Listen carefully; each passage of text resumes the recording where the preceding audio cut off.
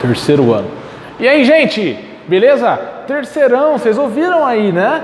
Goico chegou com aquela aulinha gostosa, aquela aula que você sempre se diverte assistindo, né? Você assiste exatamente. Ah, eu lembrei. Eu preciso que vocês tirem uma foto e posta lá, marca nos stories do Instagram, @profgoicomagic. Sem isso fica tão sem graça, fica tão frufru, né?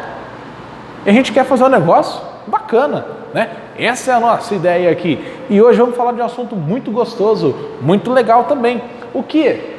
Formação de alguns, não vamos falar de todos, senão nós vamos ficar aqui quantas semanas, né? Estamos na primeira semana de maio de 2020, olha que loucura, pandemia rolando, e você em casa estudando, né? Nada de social, hein? Nada de festinha secreta, em casa, de máscara, estou aqui no colégio, a sala vazia, né? Vi o Gilmar, vi a Vilma, Renato, Bruna, todo mundo está aqui com saudade de vocês, né? Eu também, claro. Bom, vamos falar então de formação dos Estados Nacionais modernos. Por que não todos? Porque tem muita coisa, né? Qual que eu selecionei para nós? Portugal, França, Inglaterra e a Espanha. Então lá em expansões marítimas, eu já falei um pouquinho para você disso, lembra? Você assistiu a aula, lembra lá, né? A formação dos estados um pouquinho. Aqui vamos falar, claro, de Portugal, rapidamente, né? Portugal vem em duas partes, na verdade, né? Portugal vem aqui da ideia da doação de terras para o Henrique de Borgonha, um francês acaba ganhando ali o chamado Condado Portugalenses, que depois ele vai doar para o próprio filho, chamado Afonso Henrique, né? E então já temos uma parte de Portugal. E justamente Afonso Henrique vai para cima, conquistar, anexar novos territórios, e em 1249 vem a unificação e a formação de Portugal como país. Olha que coisa bacana, que importante para nós, né? Então se atentem aqui ao primeiro Estado Nacional moderno. Por que esse moderno? Moderno que é justamente a centralização política, tá? Então era algo não muito comum na Idade Média. Então a centralização política apoiada pela burguesia, então o poder político junto com a burguesia ali acaba instaurando esse novo regime moderno. Não é absolutismo ainda, nós entraremos no absolutismo já, tá? É justamente a formação desse estado de fato do país com poder centralizado, tá? Então vejam aqui a região, né, de Portugal unificado enquanto país. Este mapa, não vai pensar que tudo isso aqui é Portugal, tá? Isso aqui, ó, são os reinos cristãos. Então nessa Península Ibérica, o que era muito comum era esse domínio do cristianismo. Então Portugal apareceu como um reino cristão, beleza? 1249. Tranquilo? Passando então. Entendeu? Passando. Vai, passa, negão. Passa, loirinha, quero ver você passar. Ó, Guerra dos 100 Anos. Já ouviu falar da Guerra dos 100 Anos? Quantos anos durou a Guerra dos 100 Anos? Vai! 1, 2, 3... 100 anos. Não! Se você caiu nessa pegadinha de tiozão do Natal, você acredita, gente. Esse último Natal, né, de festa e tudo mais, eu fui com a família lá no interior de São Paulo, lá em Sorocaba, uma das piadas que eu mais ouço. Sabe qual que é? Quanto tempo durou a Guerra dos 100 Anos? Quanto tempo durou a Guerra dos 30 anos? Acredita, fazer história tem lá seus pontos negativos. E o povo que pensa que a gente é calendário? Nossa, já imaginou? Fulano, que dia aconteceu isso? Não sei, velho. Oxe, eu não sou calendário, entendeu? Mas a galera vai. Agora, o que é isso? É que me chamam de Xande, né? Ô Xande, quando que aconteceu isso? Fala, pesquisa, Google, né?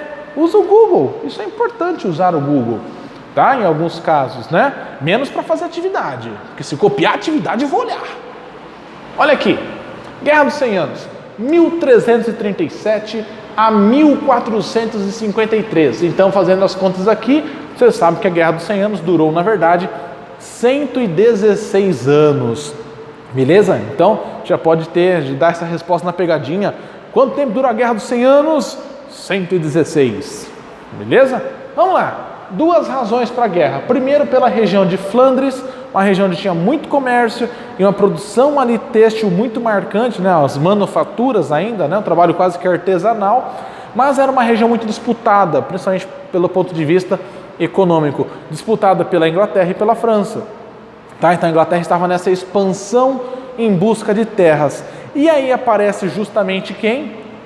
A França, também em expansão, lutando por aquela região. Até que o rei francês acaba morrendo, e aí vem lá a disputa de sobrinho e de neto, que é essa sucessão do trono francês, lá do Filipe o Belo, né? E justamente nessa disputa acaba sendo coroado, né, o Carlos, e acaba vindo o rei da França, né?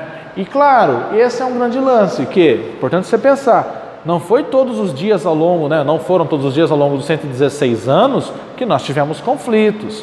Tá? Então, principalmente na época da peste, houve uma grande interrupção da guerra, tudo bem? Porque até mais ou menos o início da peste, a França estava sendo derrotada pela Inglaterra. A Inglaterra fazia vários ataques aí esporádicos à França, né, e acabava tomando territórios da França até que vem a peste.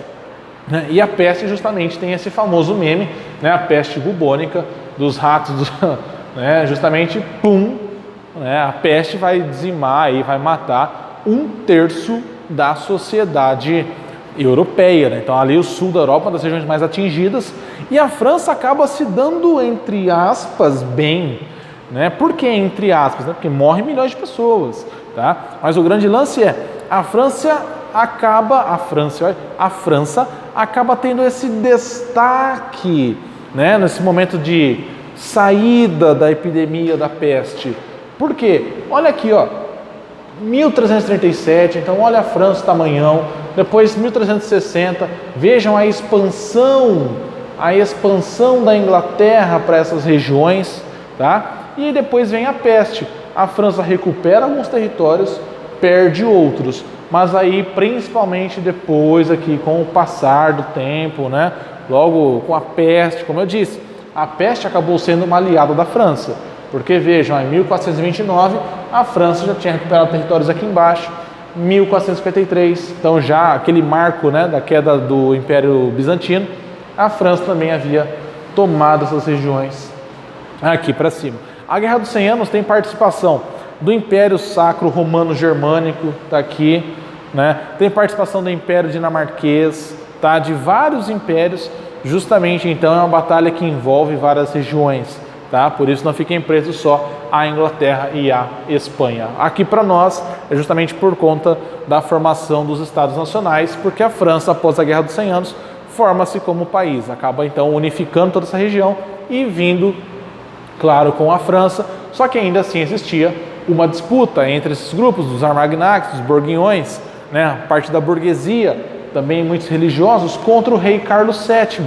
Né? Então a galera não apoiava o rei, vai falar que o rei não era a pessoa ideal para o trono, né? Então esses caras aqui muitas vezes vão chegar a se apoiar, né, a se aliar à Inglaterra.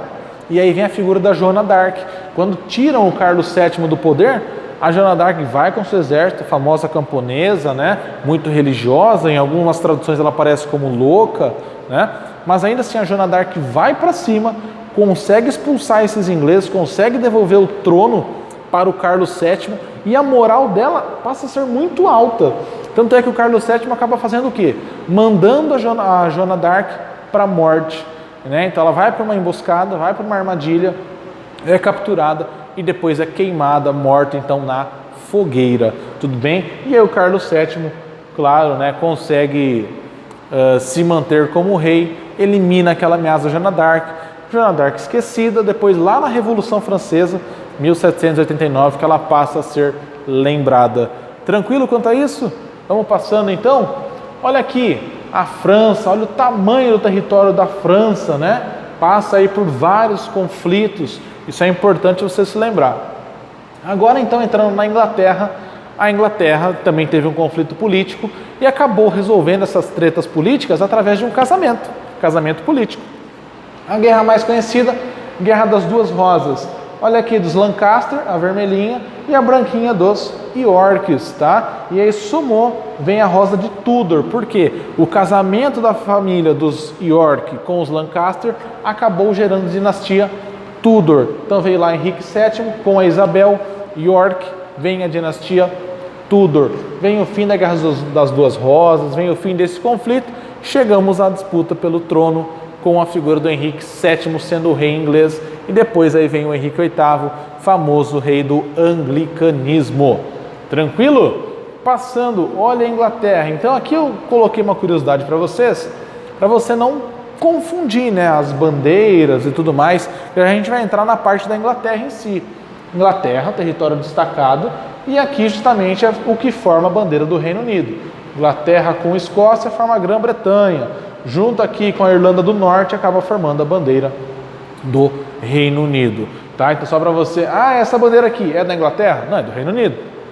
Essa aqui, da Inglaterra. Essa aqui, Irlanda do Norte. A soma dessa geral aqui acaba chegando à bandeira do Reino Unido. Tudo bem? Bandeira da Inglaterra, essa aqui, Inglaterra, destacadinha aqui. GG? Fechou? Passa, negão, porque vem a Espanha. A Espanha também tem duas razões para a sua unificação. Uma é o casamento político, né? Então vou te mostrar aqui no mapa, né? A Espanha, Aragão, Castela, tudo bem? Aragão aparece aqui com o Fernando de Aragão e a Isabel de Castela. Casamento político, ok. Falta o sul da Espanha. O sul da Espanha era ocupado pelos muçulmanos. Lembra aquela expansão dos muçulmanos ali norte da África? Tá? O que vai acontecer? Quando os caras conseguem expulsar os muçulmanos, os mouros, lá da região de Granada, né, nesse sul da Espanha, aí consegue a unificação completa. Aí é que a gente vem aqui para o mapa, ó, e você tem essa noção onde está Granada aqui embaixo. Tudo bem? Tá? Aqui o Sacro Império Romano Germânico por toda essa região. Beleza quanto a isso? Né? Aqui principalmente parte da Germany. Tranquilo? Vamos passando então, passando. Ui, mas olha só. Absolutismo. Olha a frase bonitinha do Maquiavel. Os homens ofendem mais aos que amam do que aos que temem. Maquiavel é conhecido justamente por conta dos seus pensamentos absolutistas, seus pensamentos de defesa de um líder forte, um líder que não estivesse tão ligado a ser amado, mas ser respeitado. Esse é um grande ponto para vocês, tudo bem? Lembrar disso, que o grande lance é que o líder seja amado. Tranquilo quanto a isso? Beleza? Olha aqui, absolutismo. O absolutismo, embora o termo te traga uma ideia de um poder 100% absoluto, não é bem assim que funciona. Por que não é bem assim que funciona, gente? Quando você pensa em poder, né, principalmente num rei com poderes políticos e tudo mais, o que você tem que ter em mente? Que esse rei, ele tem um poder limitado, direto e indiretamente. Por exemplo, se ele tem o apoio da igreja, ele não pode fazer aquilo que Deus não faria, né, ou que o padre não faria, o papa não faria. Se ele fala que ele tem um poder que Deus deu para ele, mesma coisa, ele não pode fazer algo que Deus não faria, né? A nobreza, galera que vive próximo ao rei, também impressiona. Ô seu rei, você está muito maluco na ideia, dá aquela seguradinha, dá uma segurada, entendeu? A população, a mesma coisa. Então se o cara sair matando todo mundo, a população vai se reunir e falar, opa, vamos derrubar esse cara aí, entende? Vamos derrubar esse cara porque não faz sentido mantê-lo, né? Então não esquece disso.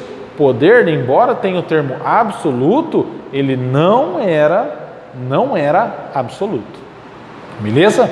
Tá? Falando em absoluto, não esquece de tirar aquela fotinho e postar nos stories, né? Lá no seu Instagram, tira aqui a fotinho da aula, minha, numa pose bacana, tira essa foto e posta lá, me marca, tá? Vamos aproveitar, vamos praticar essa interação, né? É gostoso. Vamos lá então, pensar em um dos pontos, né, conhecidos da parte econômica do absolutismo, que é justamente o mercantilismo, um modelo econômico muito utilizado nessa idade moderna, né? Então nós já falamos disso lá em Expansão Marítima, É só para lembrar alguns pontos para você, tá? Do metalismo, o acúmulo de metais, a busca de metais preciosos para cunhagem de moedas, né? Exportar mais do que eu compro, a balança comercial favorável, posse de colônias, eu preciso ter colônias, né? Eu preciso ter terras, eu preciso explorar alguma região. E aí vem também o monopólio, vem o exclusivismo comercial. Eu preciso arrecadar money. Que é good not no have. Have! Pirataria. Pirataria é um ponto importante. A Inglaterra praticou com os chamados corsários, né? Vou te mostrar já os lobos do mar, tá? Protecionismo estatal, o controle do Estado, esse sistema colonial e o controle novamente. A intervenção, o Estado, então, não tem liberalismo, não tem livre mercado, né? A ideia é o Estado forte, controlando mesmo. Esse é um dos pontos básicos aí, tanto do mercantilismo quanto do absolutismo. Beleza? Pensando nisso, vamos para os teóricos, os mais conhecidos teóricos. Ó, que dancinha gostosa. Ó, imagina uma música aí, ó.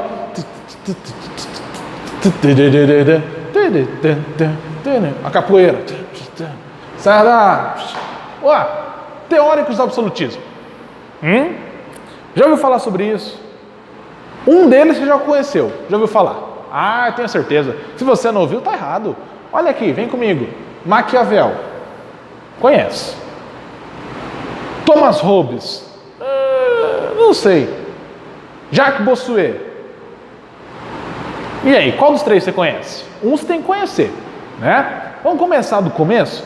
Nicolau Maquiavel, um cara lá da Península Itálica, das obras mais conhecidas, O Príncipe, atribuíram uma frase a ele: os fins justificam os meios.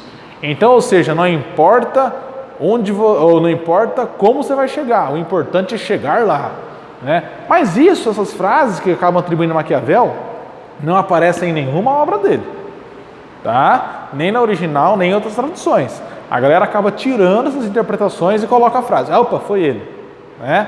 Tem que tomar cuidado. Um dos pontos importantes que ele defende quanto a esse teórico do absolutismo, falando ali de Florença, é justamente que o príncipe tem que ter um poder onde ele seja respeitado, né? Então aquele lance de ser amado, tem que amar, não. Por quê? Os homens ofendem mais aos que amam do que aos que temem, né? Então, ou seja, você talvez tenha uma discussão muito mais forte com seus pais do que com o policial na rua, né? Justamente porque você teme o policial e as ações da polícia, né? Porque você está desrespeitando a lei se você começar a discutir com o policial, tudo bem?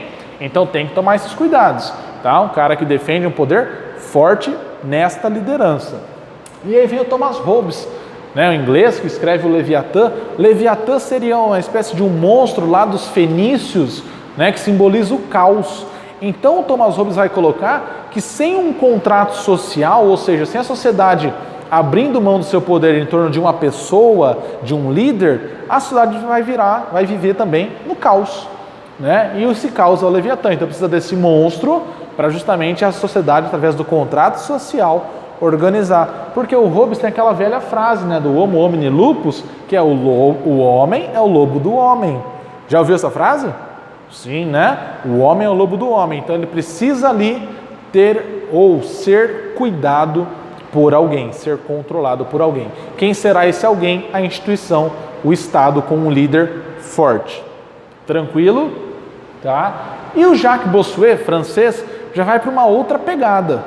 Ele vai trazer justamente a questão religiosa, né? Então, nessa obra política inspirada na Sagrada Escritura, na Bíblia, né? Na Bíblia Sagrada, o que o Bossuet vai colocar? Que existe, na verdade, um direito divino dos reis. Então, você, rei, tem esse direito justamente, né, de conseguir ser, né, ou melhor, vamos corrigir isso aqui. Você tem o direito de ser rei porque Deus te deu esse direito. Então você é um representante e o indicado de Deus para ser rei.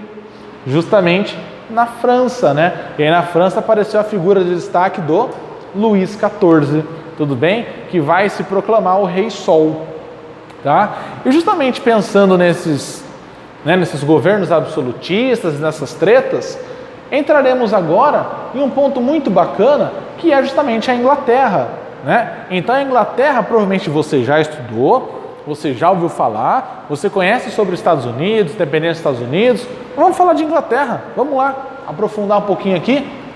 Ó, Inglaterra, nosso destaque para a dinastia Tudor. Então vem o Henrique VII, aquele que eu falei lá da Guerra das Duas Rosas, do casamento político, né? Lancaster e York forma Henrique VII. Depois vem o Henrique VIII, vai fundar o anglicanismo, protestantismo na Inglaterra. Então vem Elizabeth I, aparece aqui como herdeira, né, deste governo dos Tudor, né? E justamente a Elizabeth I é que vai dando aquele pontapé inicial da navegação, né, de busca pela colonização da América do Norte. Aparece também os lobos do mar, né, os lobos do mar, né?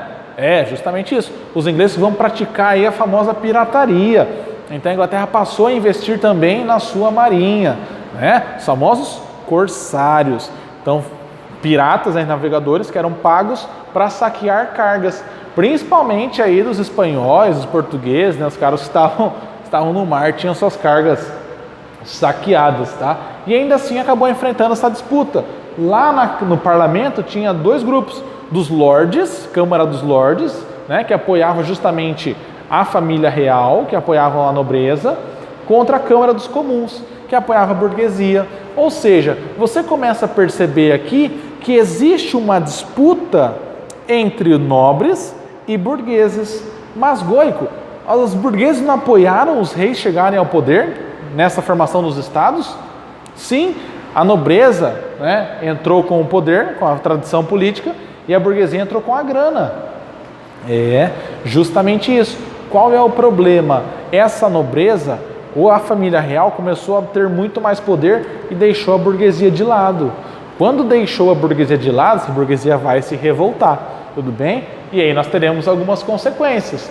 Por quê? A Elizabeth, deixa eu voltar na Elizabeth, ó. Você viu que a Elizabeth ficou conhecida como a Rainha Virgem, né? Mas também Rainha Sanguinária, porque ela matava a galera aí.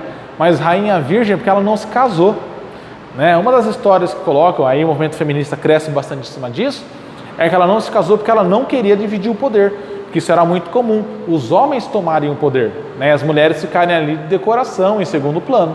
Então, esse teria sido uma das justificativas dela não ter se casado, né? Foi para não dividir o poder, não teve herdeiros, e aí então quando acaba a dinastia Tudor, ela acaba falecendo, vem uma nova dinastia, tá? Que aí vem os caras lá, os parentes da Escócia, e aí vem a dinastia dos Stuart, né?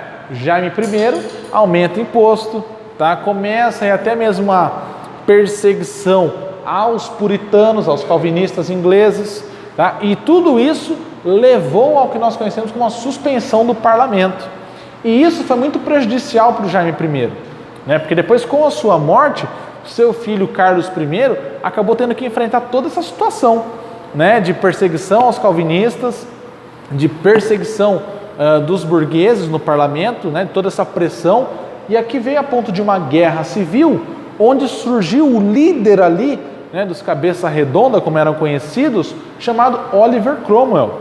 Oliver Cromwell, apelidado então como Lorde Protetor, né, o Lorde Protetor deste novo governo que surgirá. Por quê? O Oliver Cromwell vai capturar o Carlos I e decapitá-lo em praça pública. Olha isso aqui. Então os caras pegaram o rei e decapitaram o rei em praça pública para todo mundo ver. E a partir desse momento, essa figura do Oliver Cromwell ganha um destaque em virtude dessa revolução puritana, né? Então faz parte da Revolução Inglesa, né? Justamente quando ele mata o rei Carlos I, claro, é o destaque dessa revolução puritana. E Oliver Cromwell declara então que a Inglaterra agora é uma república e passa a se chamar Lorde Protetor da República, ganha esse apelido do povo, tá? E propõe, por exemplo, o crescimento da Inglaterra, os atos de navegação. Então propõe que qualquer navio que for chegar na Inglaterra tem que ser um navio inglês. Então, eu sou da Holanda, quero parar um navio ali. Não, vai comprar um navio inglês, vai abastecer esse navio com os seus produtos e aí você pode entrar, né? Então essas várias expansões em busca de saque de mercadorias aumentaram aqui no governo do Oliver Cromwell, tá? Ganhou um grande destaque, acabou até iniciando uma certa ditadura, um governo muito autoritário, e depois ele acaba morrendo, né? Seu filho não consegue continuar no poder, tá? Filho do Oliver Cromwell. E aí vem uma retomada, o parlamento convoca, né, justamente o Carlos II, que havia fugido, né, filho do Carlos I, para assumir o trono, né? Então aí a dinastia Stuart novamente vem lá para a Inglaterra, tá? A República de Oliver Cromwell acaba, Carlinhos II assume justamente pensando, né, em manter esse ideal absolutista, que a burguesia, o parlamento, contrário. A burguesia não quer absolutismo porque ela não tem participação política. Entende isso? Então essa burguesia, gente, o que ela está querendo? Ela está querendo poder. Com o absolutismo ela não tem acesso a esse poder. E aí temos um problema grave, tá? Porque além do absolutismo, o Carlos II também está buscando um governo que apoie os católicos. E aí vem mais uma treta do parlamento, ali de burgueses, boa parte deles calvinistas, tá? Lembra lá que o calvinismo permitia a acumulação do capital sem considerar pecado, contra esse absolutismo do rei. O que vai acontecer? Carlinhos II também acaba morrendo, tá? Acaba sendo assassinado, e aí vem o Jaime II, irmão do Carlinhos, e vem com a mesma ideia, né? Absolutismo, apoio aos católicos. Tanto é que o parlamento vai ficar full pistola com ele, porque o Jaime II acaba pegando os impostos que os católicos pagavam e cortando. Fala, não, vocês não precisam mais pagar imposto não. Vocês estão isentos. O que o parlamento faz? Ah, é? Motherfucker, é? O parlamento, então, aciona a filha do Jaiminho II, tá? Que era casada com o rei lá dos Países Baixos, rei da Holanda, um cara chamado Guilherme d'Orange, e fala, Maria, vem para a Inglaterra que papai tá louco. A Maria, não, como assim? O Guilherme d'Orange, né? Fala, como assim ir para a Inglaterra? Né? Aí decidem, então, ficam sabendo que o exército inglês, boa parte da cavalaria inglesa, está apoiando essa queda do Jaime II. E aí, então, que o Guilherme d'Orange vem com a sua esposa, filha, então, do rei, né? E começa a chamada Revolução Gloriosa. Já ouviu falar de Revolução Gloriosa? Essa é a mais importante, né, da Inglaterra. Por quê? É a revolução que marca justamente a ascensão de um novo sistema político na Inglaterra. Como eu disse, a burguesia quer poder. Então a burguesia manda, ordena, aconselha que o Guilherme d'Orange venha com a filha do rei, né, sucessora ao trono, assuma o poder. O Jaiminho foge, tá? Não, sabendo que não vai ter apoio, ele foge, desaparece, tá? E aí o Guilherme d'Orange justamente assina a chamada Declaração de Direitos, ou Bill of Rights, né? E com ela justamente, o que ele consegue fazer? Consegue manter aqui os poderes limitados e também a liberdade religiosa. Então, o que o parlamento conquistou? Né? A sua autonomia, tá? A liberdade religiosa, porque lembra, o parlamento, boa parte dele eram puritanos, calvinistas, burgueses, tá? Então a nossa burguesia conseguiu chegar ao poder. Esse é o grande lance. E aí foi instituída então a monarquia parlamentarista, ou monarquia parlamentar na Inglaterra, com o rei agora também na Inglaterra, Guilherme III, o nosso Guilherme d'Orange. Tudo bem? Então essa situação toda da Inglaterra, do início ali do absolutismo até a Revolução Gloriosa com o parlamentarismo. Tranquilo? Agora eu vou pedir para o Gilmar passar para a gente ver justamente a França, né? A situação da França. Olha aqui a França, que bonita essa imagem, porque a França também teve... Não é a França? Ô Gilmar, não é a França aqui não. Quem que é? É o Melks? Ô Gilmar, tá de sacanagem com o Melks. Ô Melks, olha lá, hein? Olha aqui, gente. Pensando na França. A França tem um destaque muito grande, né? Principalmente por conta desse poder religioso muito preso, muito grudado ali, né, ao poder político. Olha lá, o Henrique IV é o primeiro rei da dinastia dos Bourbon, tá? Olha aqui, fim das guerras religiosas, principalmente por conta da noite de São Bartolomeu. Já ouviu falar? Onde tem a treta católicos, protestantes, e até canibalismo rola no rolê, tá? Canibalismo é a treta religiosa, E aí vem o Edito de Nantes, que proíbe as perseguições religiosas e tal, né? Permite que a galera aí tenha seus cultos, né? Principalmente os calvinistas ali na França. Ah, claro, tem uma exceção. Em Paris tem que ficar ali uns 5 quilômetros longe do centro para fazer o culto, mas de resto está liberado. Só que na França não é puritanos calvinistas, chamados de huguenots. Tudo bem? Só um outro termo para você não se confundir. Depois vem o Luís XIII, né, que vem com a política junto lá com o Richelieu, um clássico aí, se não me engano, aparece até nos Três Mosqueteiros, né, justamente dessa época, o rei adolescente. Né, vem o crescimento, a expansão da França, por conta de uma política de intervencionismo muito forte, uma expansão e desenvolvimento comercial, tá?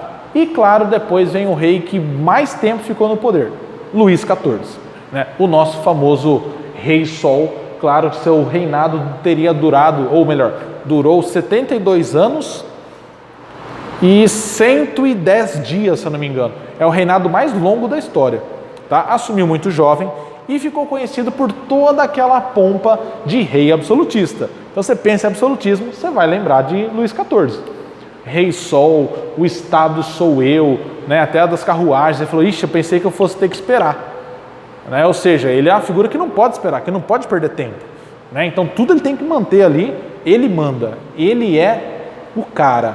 Essa é a imagem. Pô, o cara que está apelido de Rei Sol, o que você espera do cara? Então o bagulho é louco mesmo. Tá? Um grande destaque são os símbolos. Então ele se preocupa com a imagem, ele cria aquela famosa etiqueta, né? A etiqueta da nobreza. Como é que a nobreza tem que se portar? Justamente esses destaques ganharam força com o Luís XIV. Tá? A implantação do absolutismo também, né? Isso é um grande lance. Olha aqui, ó, um dos grandes símbolos que foram construídos por Luís XIV. Tá? O Palácio de Versalhes. A Torre Eiffel não é dessa época, tá? A Torre Eiffel é do século XIX. Né? Então não vai confundir. Já lembra do Luís XIV? É aquele cara todo produzido, já devem ter visto alguma imagem. Olha essa aqui, ó, vou te mostrar. Ó, cadê? Gilmar, aperta aí. Ô Gilmar, de novo? Mas esse não é o Luís XIV. Esse quem que é? É o Melquiades de novo? Ô Gilmar, tá de sacanagem? Esse aqui, gente, não vai me processar, hein? Não fui eu. Ó, esse aqui é o Luís XIV. Aquele cara que tem todo um cuidado. Olha a pompa, entende? Todo um cuidado com a vestimenta. Olha a perucona aqui. Olha o luxo que é essa imagem, tá? E aí vem justamente uma charge, que é essa aqui, ó. A fabricação do rei. Então, olha o que seria, né? O Peter Burke coloca essa charge aqui na sua obra. Olha o que seria o rei. Olha a roupa aqui no manequim. E olha o rei montado. Percebe a diferença? É justamente para eu mostrar poder. Tudo bem, gente? Então, assim, claro, espero que tenham gostado dessa aula. Uma aula bem extensa, né? Mas bem completa para vocês aí. Continuem fazendo as atividades, continuem estudando, tirando dúvidas. Precisando de alguma coisa, contem comigo. Goico, @profgoicomagic. Tudo de bom. Beijo, até mais.